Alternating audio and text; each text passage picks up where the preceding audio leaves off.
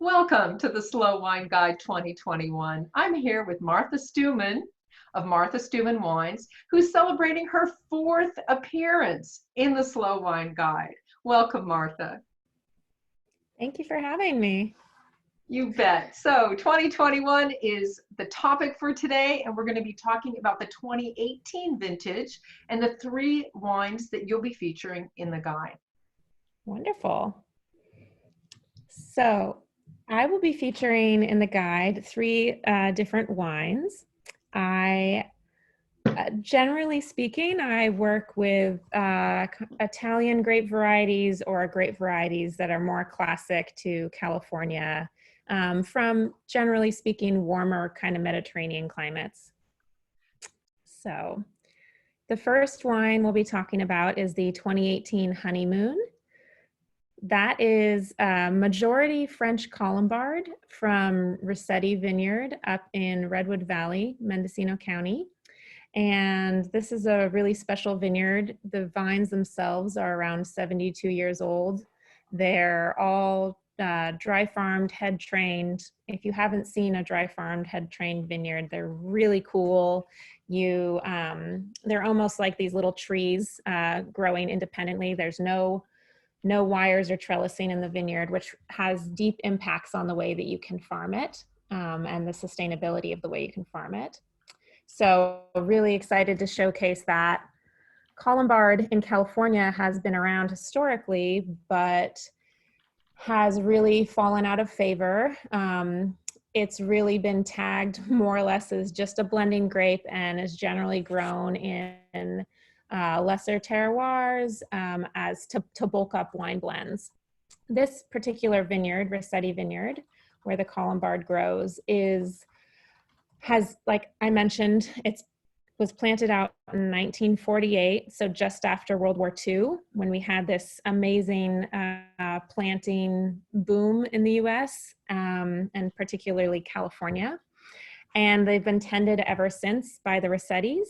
These vines, they've been organic since inception and are currently certified and have been for a number of years now.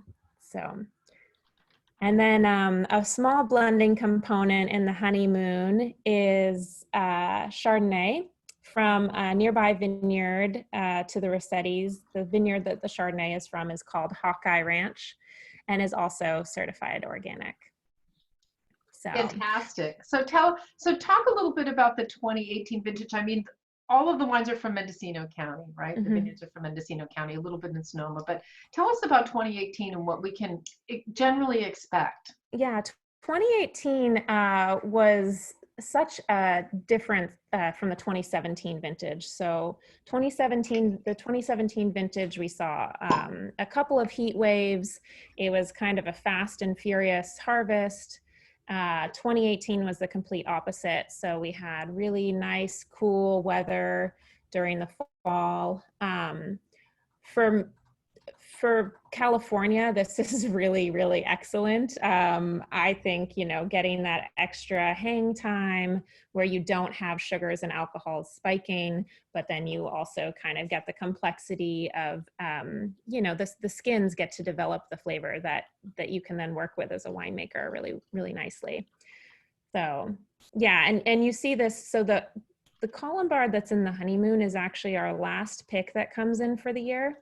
So in a cool year and coming in at the end of October for us, we actually saw a little bit of botrytis in the vineyard, favorable botrytis. I was really excited about that. So kind of using the skills that I learned when I was apprenticing in the Mosel years ago, I decided to crush the botrytized fruit along with the regular fruit. So you do get a little bit of that botrytized character, just a smidge. That's what I'm tasting. I'm like, okay, there's something different going on, and there it is. Fantastic. Well, the wine and the acidity in this wine, when you tell me that's your last pick, I'm like, how is that possible? That is just extraordinarily bright and alive. Thank you. It's one of the beauties of Colombard. Again, this underdog grape, it kind of maintains the same sugar and acidity level from the beginning of harvest. I do another pick at the beginning of harvest that ends up being more like a Basque chocolatey, bright, light, fresh. But for the honeymoon, I let it hang, and then you start picking up some of these more, again, kind of botrytized Chenin Blanc characteristics. It can be very tropical. It can be very tropical, which is delicious. I mean, there's a deliciousness to this grape that it's unique. Yeah, thank you. Thank you. Absolutely. And we really try to lean into the texture that you can get from, barrel aging on the lees, neutral oak barrel aging, but that really helps kind of buoy up the acidity background and flesh it out a little bit. Yeah, there's some body to the wine. It's not this water weight example that we might see from an import or see from something from south of France. This really water weight wine. It's a completely different animal. It's the other end of the spectrum. So great diversity in our colombard. Awesome. Good. Okay. Next up, are we going to talk Nero, Davila, or Zin? Let's talk Zin, and then we'll end with the Nero. So the next step is the 2018 Venturi Vineyard Zinfandel. So a single vineyard bottling of Zinfandel. And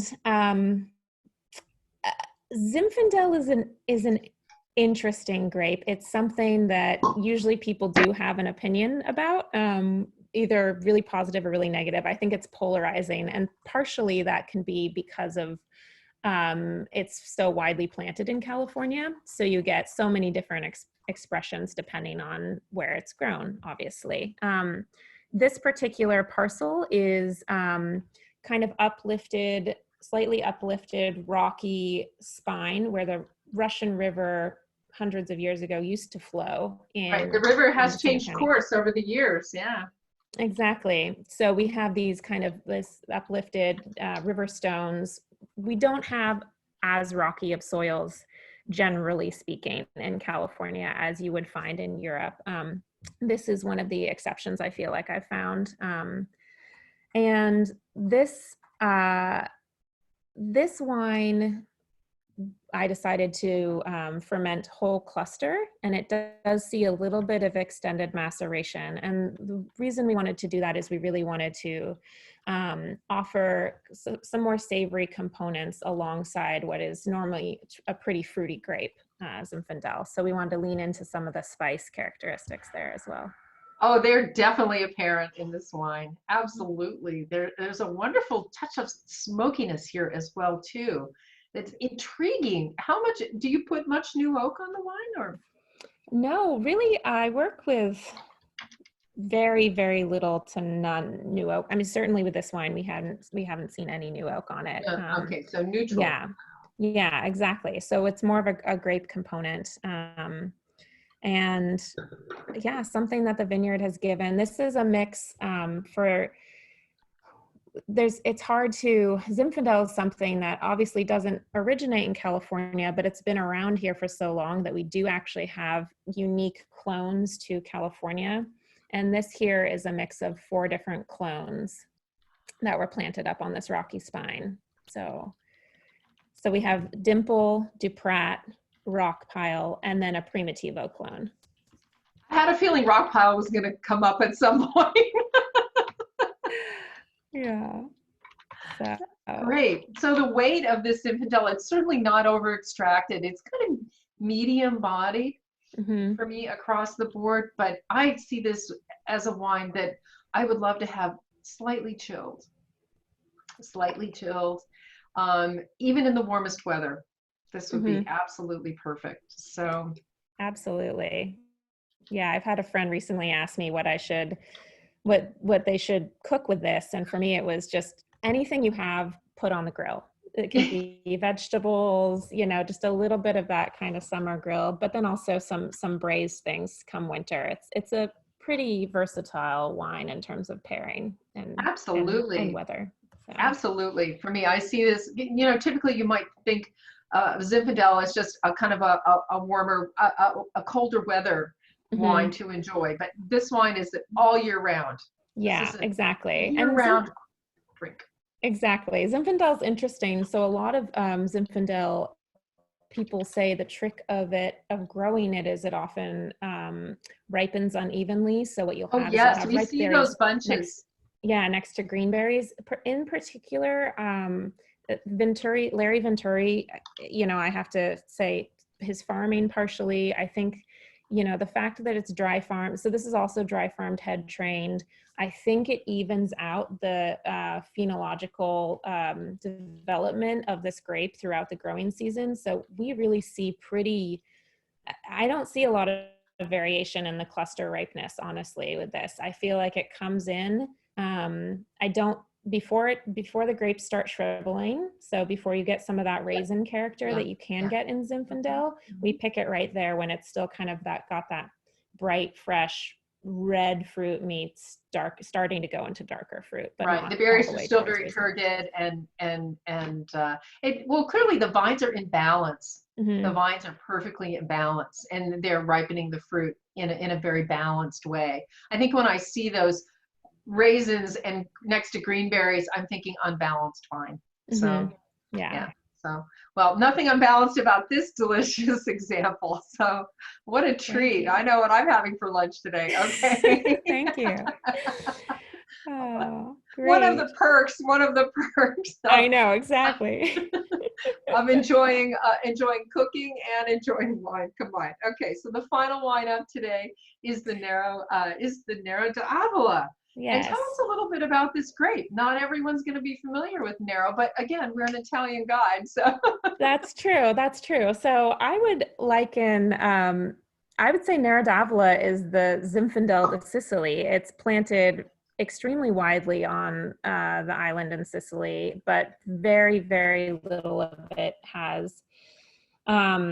is really available in California. So this bottling here is a blend of 3 different vineyards, primarily Benson Ranch, which is a vineyard that I lease and farm, and that is head trained, dry farmed. You're seeing a trend here, but a little bit younger vine, and on a site that has decently acidic soils and gives quite a lot of brightness to the wine. A lot of acidity is retained in the grapes from Benson Ranch.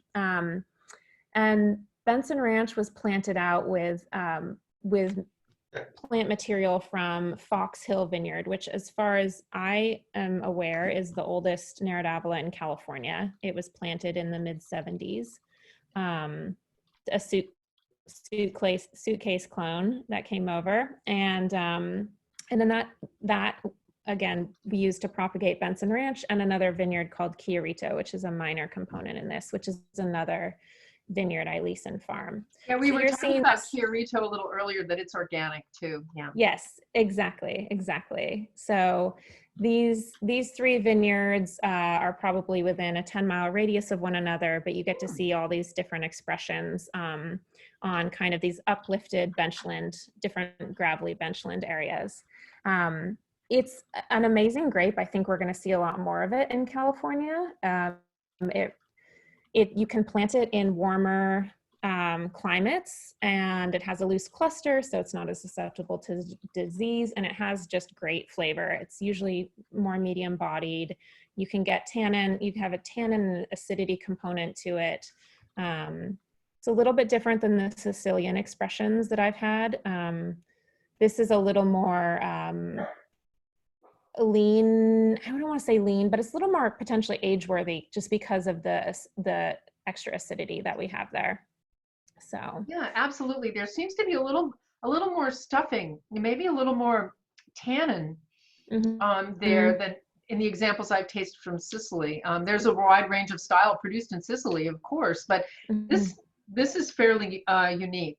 And there's a beautiful popping fruit to the mid palate here that it's just so charming. It's like it just pops in your mouth. I love it. Thank you. Very red berried, lots of red berries. And red fruit character here, cranberries and. Yeah, there's something about it that for some reason on the soils that we planted so far in California, there's almost like a little bit of a wild component to it compared to like the genteel sort of way it's expressed in Sicily. And I can't totally put my finger on it yet, but you know, I've been working with this now since 2014. So this is the fourth vintage, and yeah, I'm seeing a few more interested viticulturalists and winemakers who've asked for cuttings, and I've seen it pop up in grapevine nurseries. So kind of be on the lookout for more Nerdavola in California. It just does really well here. I think your wild component descriptor is perfect. There's a little sauvage to this grape that makes it exciting for me. It's an exciting flavor experience, sensory experience. And that's saying a lot. That's saying a lot.